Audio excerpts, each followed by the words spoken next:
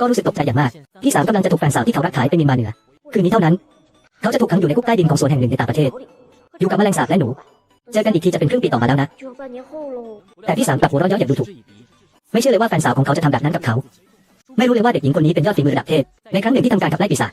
เกิดถูกฟ้าผ่าโดยบังเอิญไปอยู่ในนิยายเรื่องคุณหนูปลอมที่เธอเพิ่งอ่านกลายเป็นตัวละครที่ถูกทอดทิ้งในเรื่องเพื่อเปลี่ยนชะตากรรมของตัวเองสาวน้อยจึงอ้างว่าตนทำตัวเอาแต่ใจทำให้ครอบครัวต้องเผชิญปัญหามากมาย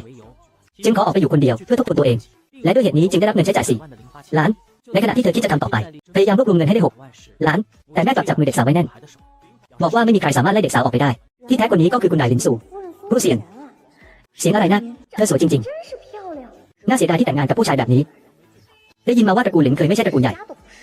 แต่หลังจากคุณนายหลินแต่งงานเข้าไปทำให้ตระกูลสู่ช่วยเหลืออย่างเต็มที่จึงมีสถานะในปัจจุบันยังมีหน้ามาออกนอกลู่นอกทางเลี้ยงคนอื่นอีกแม่ฟังเสียงบ่นของสาวน้อยอย่างต่อเนื่องแต่กลับตกใจพบว่าสาวน้อยไม่ได้พูดอะไรเลยเธอจึงเพิ่งรู้ตัวเสียงเมื่อกี้เป็นเสียงในใจของสาวน้อยไม่ทันไรสาวน้อยก็เริ่มเปิดเผยข้อมูลต่อคนที่เธอรักตอนนี้ตั้งครรภ์ได้กว่า9 เดือนแล้วและยังเป็นฝาแฝดอีกด้วยโรงพยาบาลและหมอได้จองห้องคลอดไว้เรียบร้อยแล้วในขณะนี้แม่ไม่สามารถทำใจได้อีกต่อไปจึงให้ผู้ช่วยไปตรวจสอบให้ชัดเจนตารางการเดินทางของ